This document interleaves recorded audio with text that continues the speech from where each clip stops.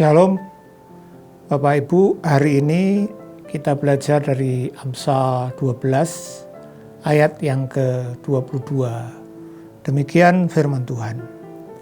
Orang yang dusta bibirnya adalah kekejian bagi Tuhan, tetapi orang yang berlaku setia dikenannya. Sesuai dengan tema kita pada bagian atau saat ini, yaitu berhasil di dalam atau di hadapan Tuhan. Apa kriteria orang yang berhasil di dalam Tuhan? Salah satunya adalah kalau orang tersebut dikenan atau menyenangkan Tuhan.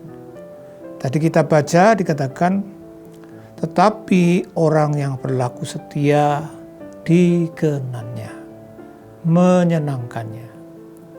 Bapak Ibu, saudara-saudara yang dikasihi Tuhan, kita sebagai umatnya harus berhasil.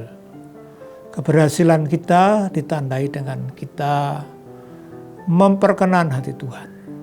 Dan kalau kita baca di dalam ayat ini, orang yang memperkenan hati Tuhan adalah orang yang berlaku setia. Tadi kita baca.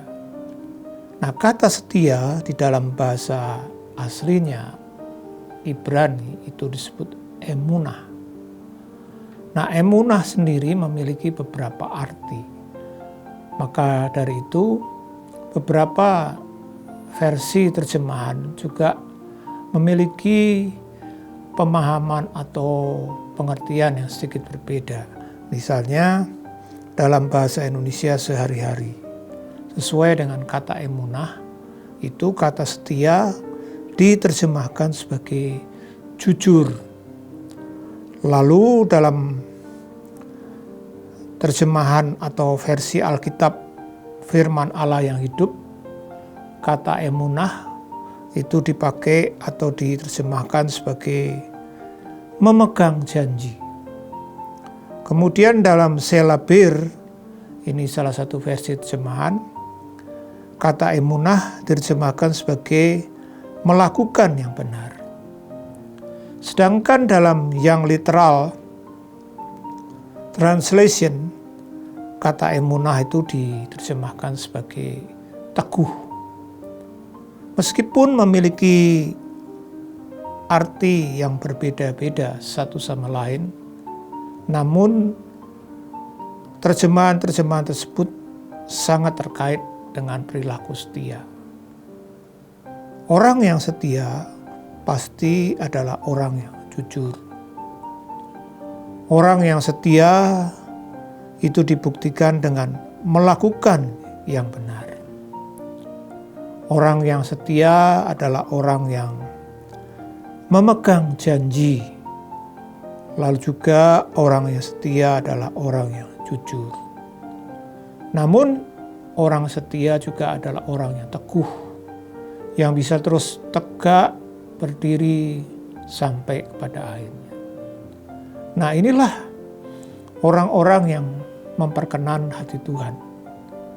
Kita harus setia dalam hal kejujuran, dalam memegang janji, dalam melakukan yang benar, dan juga setia dalam pengertian kita harus terus melakukan hal-hal itu sampai akhir. Kemudian mungkin kita bertanya, apa hubungannya dengan kalimat atau frasa sebelumnya yang dikatakan orang yang dusta bibirnya adalah kekejian bagi Tuhan. Walaupun ini sebuah bentuk perlawanan, tapi sebenarnya menjelaskan ada kaitannya. Kesetiaan kita dalam memegang janji, dalam jujur, dalam berbuat benar, dalam keteguhan kita, itu harus dimulai dengan apa? Yaitu dimulai dengan bicara kita, mulut kita. Kalau orang itu setia, harus ditunjukkan dengan perkataan-perkataannya. Maka dusta bibir itu lawan dari ketidaksetiaan. Orang yang setia tidak mungkin memiliki cara bicara atau perkataan-perkataan yang tidak jujur. Maka dari itu Bapak Ibu saudara-saudara yang dikasihi Tuhan, mari biar setiap kita berhasil di dalam Tuhan dengan cara memperkenan hati Tuhan, yaitu dengan hidup setia dan dimulai dengan perkataan-perkataan kita. Tuhan memberkati.